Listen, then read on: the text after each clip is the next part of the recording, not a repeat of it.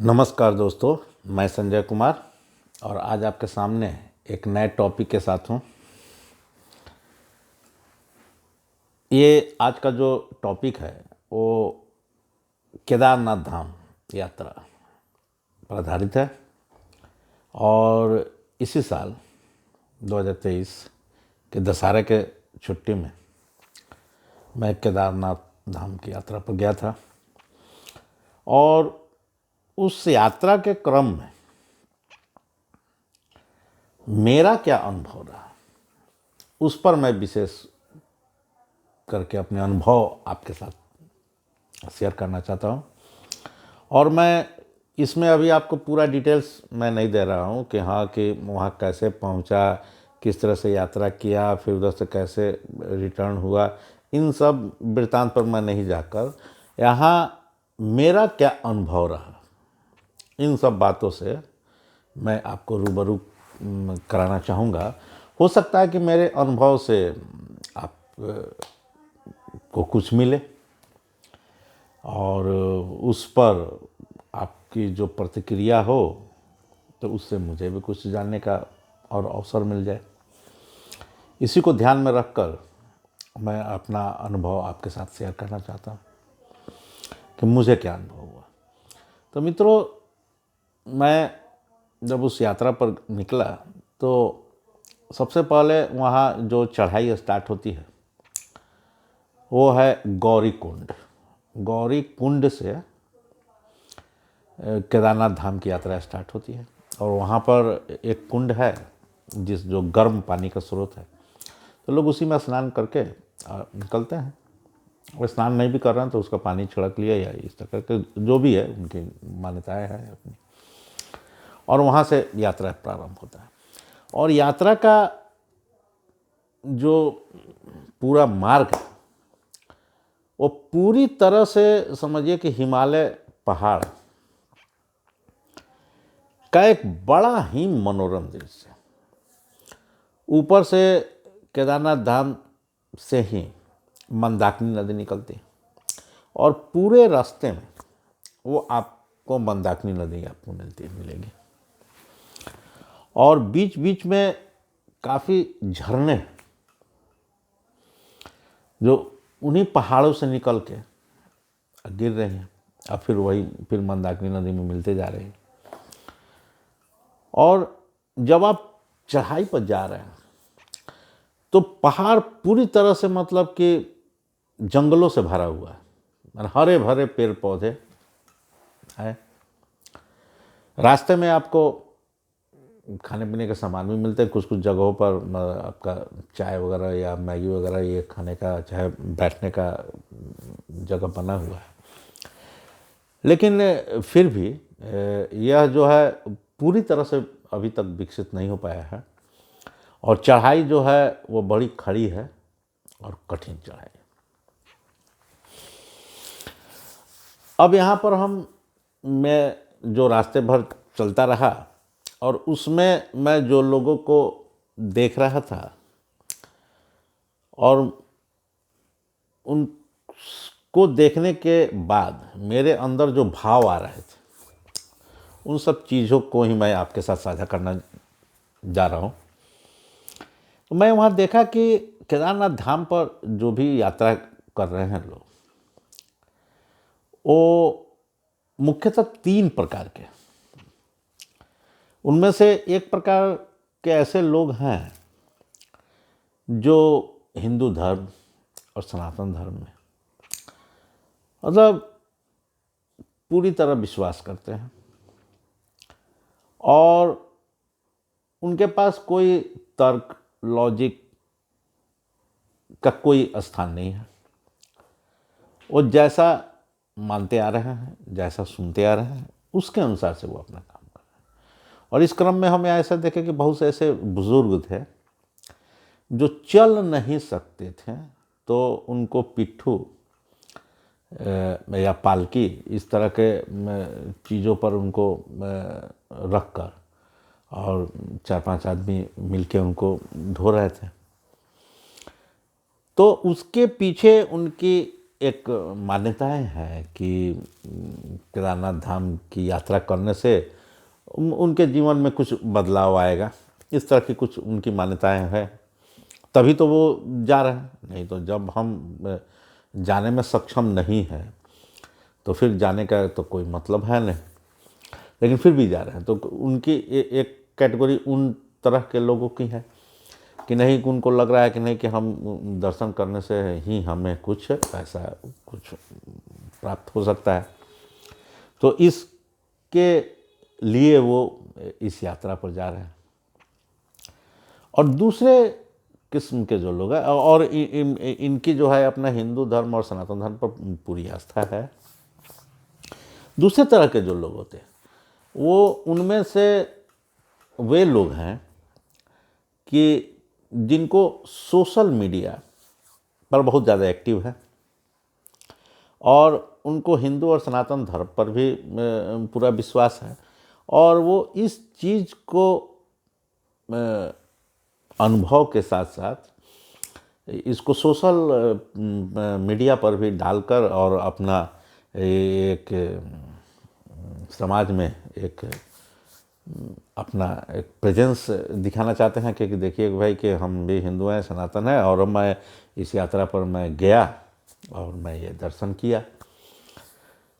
और वो भी मतलब उसी तरह से जो रिचुअल्स वगैरह है जो अपना वो कर रहे हैं और पूरी तरह से अपना उसका पालन कर रहे हैं। तो दो कैटेगरी के इस तरह के लोग हो गए। तीसरे कैटेगरी के वैसे लोग जो वहाँ पर वो भी हिंदू धर्म के मान्यताओं और सनातन पर विश्वास तो रखते हैं, लेकिन वो खुद अनुभव करके जाना चाहते हैं। ये नहीं कि हाँ कि कोई दूसरे बोल दिए कि हाँ कि ऐसा करने से ऐसा होता है तो हम भी जाके वैसा करने लगे। आप बोल रहे हैं तो ठीक है, हम चल के देखते हैं कि क्या है, किस प्रकार से। तो इस तरह के लोग हैं। तो इस तरह के जो प्योर लोग हैं वैसे लोग से मेरी मुलाकात नहीं हुई। जो तीसरे कैटेगरी के जो लोग हैं उस तरह के प्योर लोग से मुझे मुलाकात नहीं हुई। और मैं ये सेकंड और थर्ड ये दोनों तरफ का मैं यात्री था कि चलिए भाई कि सोशल मीडिया का भी हम इस्तेमाल करते हैं, और दूसरा तीसरे कैटेगरी का भी मैं हूँ कि मैं इसी तरह से कोई बोल दिया और मैं उसको मान लूँ और उसी के अनुसार से करूँ, तो ऐसे मेरी फितरत ही नहीं है। मैं भी इस चीज़ को अनुभव करके ही और कोई बात मैं आपके सामने रख सकता हूँ या किसी के साथ रख सकता हूँ या अपने ही जीवन में उसको ढालूँगा। तो अगर मुझे कुछ ऐसा अनुभव होगा तभी मैं उसको फॉलो करूँगा और उसको किसी के साथ शेयर करूँगा। किसी के दूसरे के कहने और सुनने के आधार पर मैं कोई बात क्यों शेयर करूं या उसे अपने जीवन में उतारूं कि जब तक कि मुझे उसका अनुभव ही नहीं हो पाता है। तो उस हिसाब से मैं अपने को दूसरा और तीसरा दोनों कैटेगरी के में रखता हूं। मैंने उसके बीच का मैं अपने आप को मान रहा हूं और मैं अपने अनुभव आपके साथ शेयर करने जा रहा हूं। तो मुझे इस यात्रा के क्रम में बहुत ही मनोरम दृश्य देखने का मैंने मौका मिला कि एक तो है कि आप यहाँ जब चढ़ाई कर रहे हैं तो जंगलों के बीच से, पहाड़ों के बीच से, पेड़ पौधों के बीच से आप गुजर रहे हैं, जिसके एक तरफ खाई है और जहाँ मंदाकिनी नदी अपनी पूरी तीव्र गति से अपना यात्रा कर रही है, और दूसरी तरफ बड़े बड़े पहाड़ हैं और उन्हीं से रास्ता बना हुआ है और उसी रास्ते पर हम लोग चल रहे हैं। लेकिन यह जो केदारनाथ धाम का जो यात्रा है और जो केदारनाथ धाम स्थित है वो 11,755 फीट 3,554 मीटर की ऊंचाई पर। और मतलब कि इसको करीब करीब हम लोग मान लें कि है कि 12,000 फीट की ऊंचाई पर है। और जो वैष्णो देवी है वो समझिए कि 1,500 मीटर की इस ऊंचाई पर है और 5,000 फीट पर है। यानी कि आप समझिए कि उससे करीब करीब 2.5 गुना वैष्णो देवी से ऊंचाई पर स्थित है। और जब आप उस ऊंचाई पर आप जाते हैं तो नीचे से तो आप जा रहे हैं तो जहाँ जंगल और पेड़ पौधों से भरा हुआ पहाड़ से आप गुजर रहे हैं, लेकिन आप 10,000 फीट से जब ऊपर की यात्रा कर रहे हैं तो उसके बाद पहाड़ जो है पूरी तरह से बंजर, और वहाँ पर अब एक भी वनस्पति का दर्शन दुर्लभ है। अब वहाँ ना कोई पेड़ है, ना पौधा है, ना पत्ता है। वहाँ से पूरा बंजर पहाड़ आपको एकदम खुला नग्न पहाड़ आपको मिलेगा। और जब आप केदारनाथ धाम पर पहुँचते हैं तो वहाँ का जो नज़ारा है, 3 तरफ से बड़े बड़े पहाड़ से घिरा हुआ वो घाटी जहाँ केदारनाथ धाम स्थित है, और उसकी ऊंचाई जो है वो 22,000 फीट है। यानी कि वहाँ से आपका अब 10,000 फीट और ऊंचा पहाड़ियाँ है। और केदारनाथ जी की पहाड़ी है, उसके बाद भरत कुंड है और एक और पहाड़ी है। यानी कि 3 तरफ से घिरा हुआ पहाड़ है, और वो जो पहाड़ है वो पूरी तरह से बर्फ से ढका हुआ है, और उसके बीच में ये घाटी है। और यहाँ का मित्रों, मैं जब केदारनाथ घाटी में प्रवेश किया तो मैं पूरी तरह से थक चुका था, और मुझे उस घाटी में प्रवेश करते हैं और वहाँ पहुँचते हैं, सबसे पहले जो मेरा ध्यान गया वो आदि गुरु शंकराचार्य पर गया कि भाई अब आप देखिए, आज से 1400-1500 बरस पहले, 1000-1500 बरस पहले आदि गुरु शंकराचार्य उस जगह पहुंचकर उस मंदिर का निर्माण करवाए, वहाँ पर तपस्या किए, वहाँ पर रहें। अब यह सोच कर ही मतलब ऐसा लग रहा था कि उसकी कल्पना करना ही, मैंने किस प्रकार से कल्पना की जाए कि आज जब इतनी सुविधाएं हैं तब इतना कठिन चढ़ाई है और इतनी समस्या है, और उस समय वो कैसे वहाँ पहुँचे और वहाँ पर तपस्या किए और इस मंदिर का निर्माण या पुनर्निर्माण कराए। यह एक मतलब कि सोचने की बात है। तो हम ये देखते हैं कि जो भी इस प्रकार के जो संत हैं, इन्हीं के कारण हमारा जो सनातन धर्म है या हिंदू धर्म है वो अभी तक बचा हुआ है। लेकिन आज के समय में हम लोग ये नहीं सोच पा रहे हैं कि आखिर उनके अंदर क्या बात थी और उन्होंने क्या कहा, उन्होंने क्या किया। इन सब चीजों पर आज के समय में किसी प्रकार का कोई चिंतन ही नहीं हो रहा है।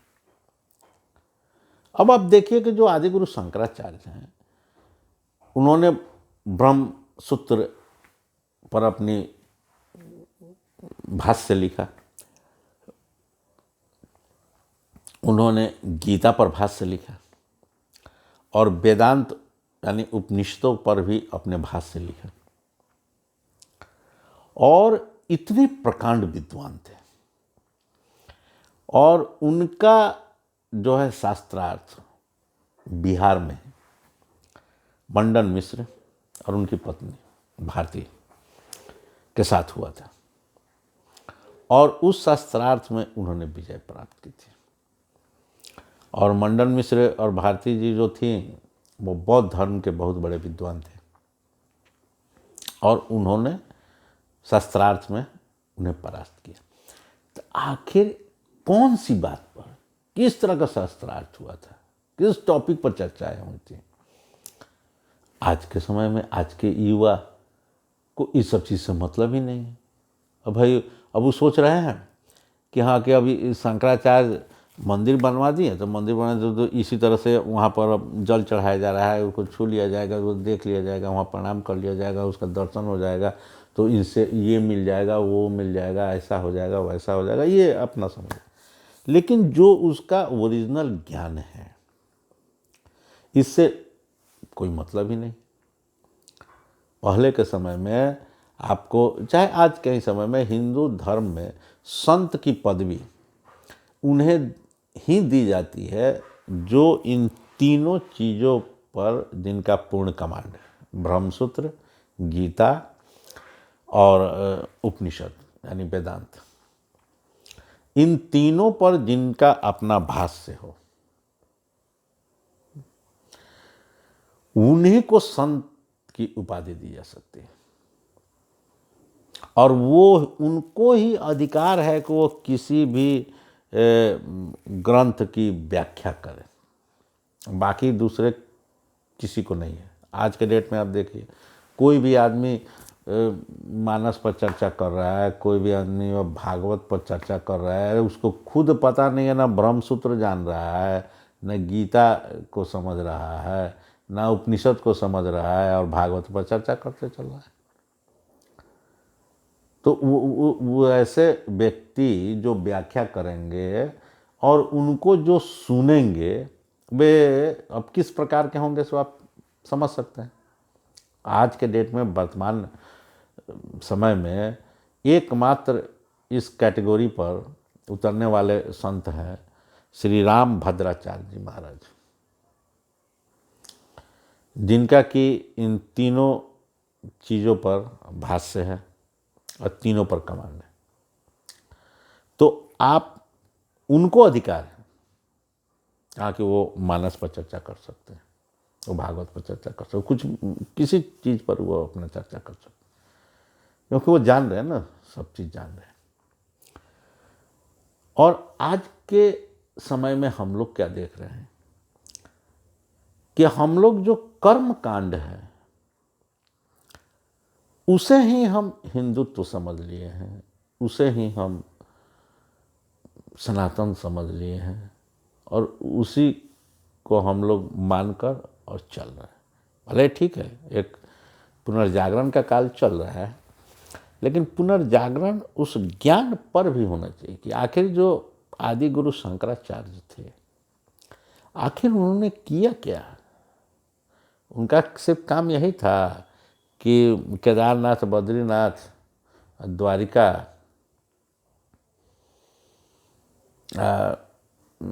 जगन्नाथपुरी और रामेश्वरम, मैंने यहाँ पर वो मंदिर बनवा दिए, बस यही उनका काम था कि चारों भारत के चारों कोने पर उन्होंने मंदिर की स्थापना कर दी, बस हो गया, भारत सूत्र में बंद हो गया। और इसी से जो था यहाँ पर जो बौद्ध धर्म का जो प्रचार प्रसार था वो सब समाप्त हो गया। नहीं, बस खाली मंदिर बना दिया गया जहाँ पर जाकर लोग पूजा करने लगे। पहले मंदिर ही नहीं था, तो वहाँ पूजा करने का कुछ था नहीं, इसलिए वो मंदिर बना दिया, पूजा होने लगा, बस हो गया, हिंदू धर्म फिर बढ़ गया। क्या बात है भाई। तो ये सब चीज़ जानना और समझने के बाद, तो वहाँ पर जब मैं पहुँचा तो उनको मैं नमन किया। और दूसरी चीज़ है कि वहाँ पर एक गजब की शांति मुझे महसूस हुई, और जब कभी हेलीकॉप्टर की आवाज़ आती थी तो वो शांति को भंग कर रही थी। ये सब चीज़ें वहाँ से हटना चाहिए। आप हेलीकॉप्टर से किसी को पहुँचा रहे हैं, क्या मतलब है उसका? ये तो आप जो है कि और मतलब में जो हमारे सनातन हिंदू संस्कृति है, इसको बढ़ावा नहीं दिया जा रहा है। इसको एक प्रकार समझिए कि इसको बर्बाद करने का तरीका अपनाया गया है। अरे जब आप नहीं चल के जा सकते हैं तो वहां जाने की जरूरत क्या है? क्योंकि आप जब जा रहे हैं ना चल के, तो उस दरमियान आपके अंदर जो विचार आ रहे हैं, भाव आ रहे हैं, और जो आप अनुभव कर रहे हैं, उसका आपके जीवन पर बहुत बड़ा प्रभाव पड़ता है। अब डायरेक्ट वहां पर पहुंच गए तो उस जो यात्रा के क्रम में जो आपको अनुभव प्राप्त होने वाला था वो कहाँ से मिलेगा? ये एक ये बात होगी। और दूसरी क्या है कि ये हेलीकॉप्टर की आवाज़ वहाँ की शांति को भंग कर रहा है। क्योंकि मैं वहाँ पर रात में ही पहुँच गया था और सुबह मतलब कि मैं 5 बजे उस परिसर में पहुँच चुका था, और उसके पीछे वाले क्षेत्र में जहाँ शंकराचार्य जी का समाधि स्थल है, उस तरफ मैं घूम रहा था और मैं वहाँ की शांति को महसूस कर रहा था। ये चूँकि मैं वहाँ, मेरे पास ज़्यादा समय नहीं था, मैं वहाँ से फिर तुरंत चला आया, लेकिन वहाँ पर रुकने का है, और वहाँ से 1-1.5 किलोमीटर और है जो गुफा है। चूँकि वहाँ पर रुकने का, ठहरने का कोई व्यवस्थित ढंग से कोई सूचना तंत्र या इस प्रकार का कोई व्यवस्था नहीं था जहाँ पर कि आदमी पता कर सके। और ये अधिकांश लोग जो थे वो सिर्फ इसी चक्कर में थे कि कैसे हम दर्शन कर लें और वहाँ पर अपना केदारनाथ जी का हम दर्शन करके उनको छू लें, और इसके लिए साइट से जो है स्पेशल 5,000 का टिकट कटा के, या अगर नहीं है तो किसी पंडा 2-4 थे वहाँ पर उनको भी पैसा देते थे तो साइट से अपना ले जाकर दर्शन कराते थे। तो उसी चक्कर में थे।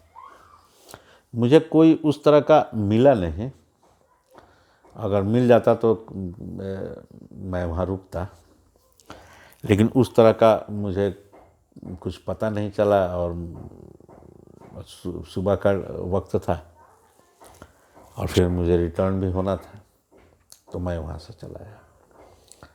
लेकिन वहाँ एक अजब प्रकार की शांति है, और उसको महसूस करने के लिए वहाँ पर मतलब 2-4 दिन कम से कम रहने का है, तब जाके उसको कुछ महसूस हम लोग अच्छी तरह से कर पाएंगे।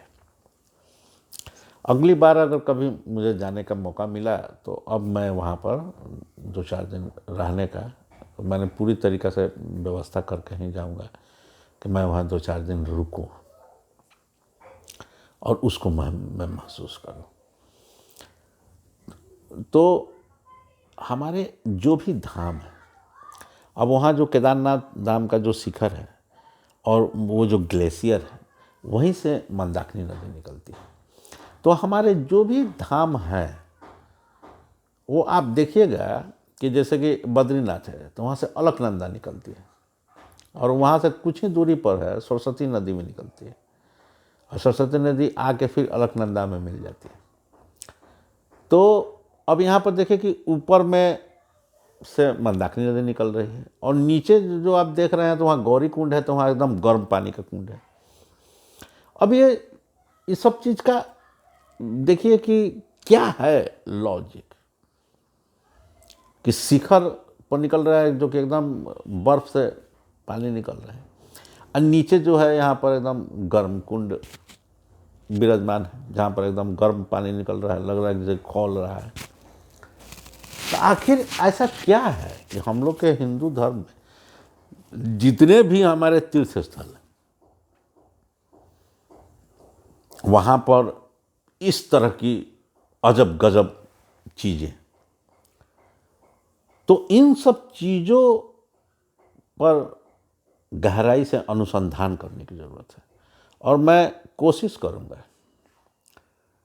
कि अब इन सब चीज़ों पर अनुसंधान करके, रिसर्च करके, और तब मैं आपको और डिटेल्स में बताऊं कि आखिर ऐसा क्यों है कि प्रत्येक जगह, बद्रीनाथ का भी मैं आपको अनुभव आपको बताऊंगा, वहाँ पर भी मैं गया था, उसका मैं अलग वीडियो बनाऊंगा। तो ऐसा क्यों है, किस प्रकार से, और जो हमारे संत महात्मा थे उनके सोच क्या थे, उनके विचार क्या थे, और जो ये हमारे कर्म कांड, ये दोनों चीज़ें अलग अलग हैं। मंदिर जो होते हैं वो एक ध्यान के केंद्र हैं, वहाँ जाके आपको अनुभव करना है, लेकिन हम तो वहाँ कर्म कांड के चक्कर में पड़ जा रहे हैं। और कर्म कांड और ध्यान, ये दोनों का दूर दूर तक कोई रिश्ता नाता नहीं, दोनों अलग अलग चीज़ें। जो ध्यानी होगा उसको कर्मकांड से कोई मतलब नहीं, और जो कर्मकांडी होगा उसको ध्यान से कोई मतलब नहीं, वो कर्मकांड करके ही सब ऐसे कर लेगा। तो इन सब चीज़ों को हमें अलग करना पड़ेगा, क्योंकि शंकराचार्य को आप सिर्फ कर्मकांड करने वाले एक संत के रूप में नहीं देख सकते, क्योंकि वो एक महान ज्ञानी थे। तो ज्ञान किस क्षेत्र में था? उस कर्म कांड के क्षेत्र में था। और जो उनका शास्त्रार्थ हुआ वो इस आधार पर हुआ कि हाँ, कि शंकर जी के ऊपर गंगा जल डाला जाए, कि दूध डाला जाए, कि कई बार डाला जाए, कि बेलपत्र चढ़ाना सही है, कि तुलसी का पत्ता चढ़ाना है कि नहीं चढ़ाना है, यही सब है, यही हिंदू धर्म है। अब माथा 3 बार टेकना है कि 1 बार टेकना है, ये यही है हिंदू धर्म। इसी को ध्यान में रख कर शंकराचार्य वहाँ मंदिर का निर्माण कराया। समझने का चीज़ है, जानने का है कि आखिर क्या था। तो इन सब चीज़ों पर हमारा ध्यान होना चाहिए। तो अगला जो मेरा, अगर इस पर अगर यात्रा होती है और इस पर मैं अगर अपनी बातें रखूँगा, तो अब मैं इस पर मैंने पूरा एक रिसर्च करूँगा, और तब जाके मैं आपके सामने रूबरू होऊंगा कि आखिर इसके पीछे का क्या पूरा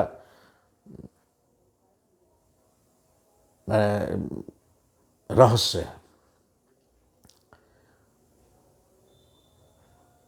और यह जब तक इंसान इन चीज़ों को अगर हम नहीं समझेंगे, तब तक सिर्फ कर्म कांड करके हम उनको नहीं समझ पाएंगे कि आखिर उन्होंने क्या किया था।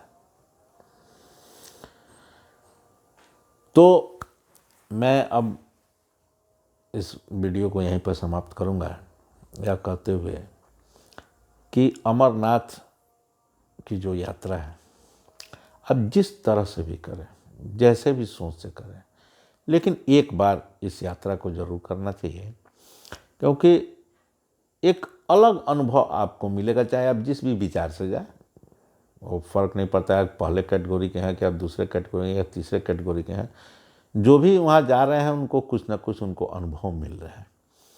और वो प्रत्येक व्यक्ति अपने अनुभव से ही सीखता है और अपने अनुभव से ही परिपक्वता को प्राप्त करता है। तो मैं ये नहीं कहने जा रहा हूँ कि पहले कैटेगरी के लोग ठीक हैं, दूसरे के हैं कि तीसरे के हैं, सभी ठीक हैं, अपना जो उनका अनुभव है, जो महसूस करना चाहते हैं वो कर रहे हैं। लेकिन जाएंगे तभी तो समझेंगे। तो हिंदू या जो भी सनातन है, उन्हें सनातन तीर्थों की यात्रा करने के लिए यही इसलिए बताया गया कि वो उससे अनुभव ले। कोई दूसरे बता दे रहे हैं, सिर्फ बता देने से उसी को फॉलो नहीं करें, आप खुद अनुभव करें। अगर आपको ऐसा लगता है कि हाँ, कि ऐसा करने से हमें कुछ मिल रहा है, तो ठीक है। और आपको नहीं मिला तो भी आपको कुछ तो मिला है। जो आपको अनुभव मिला वो अनुभव तो आपका है। तो उस चीज को आप महसूस करके अपने आप को इनरिच कर रहे हैं, आपको अपने आप को एम्पावर कर रहे हैं, आप और सशक्त हो रहे हैं। क्योंकि इंसान क्या है, जो उसके पास जानकारी है, अनुभव है, वही तो है। दूसरा क्या है, जिसके पास जितना ज़्यादा ज्ञान है, जितना ज़्यादा अनुभव है, वो उतना ही ज़्यादा सशक्त, उतना ही ज़्यादा एम्पावर्ड है। तो अगर हम अपने आप को और ज़्यादा एम्पावर करना चाहते हैं, और ज़्यादा इनरिच करना चाहते हैं, तो हमें इन तरह की यात्राओं पर जाना चाहिए। इन सब के यात्राओं से हम और ज़्यादा एम्पावर होते हैं। तो चलिए मित्रों, अगला वीडियो मैं बद्रीनाथ के बारे में आपको बताऊंगा और वहाँ मेरा क्या अनुभव रहा इस पर मैं चर्चा करूंगा। उसमें जो है इस्कॉन वाले भी मुझे मिले थे और मैं उस संदर्भ में भी मैं उस पर अपनी चर्चा करूँगा कि बद्रीनाथ में मुझे क्या अनुभव हुआ। ठीक है तो मिलता हूँ मैं अगले वीडियो में। तब तक के लिए नमस्कार। मेरा यह चैनल अगर आपको ठीक लग रहा है, मेरा वीडियो ठीक लग रहा है, तो इसे लाइक करें, सब्सक्राइब करें और वीडियो को शेयर करें। धन्यवाद।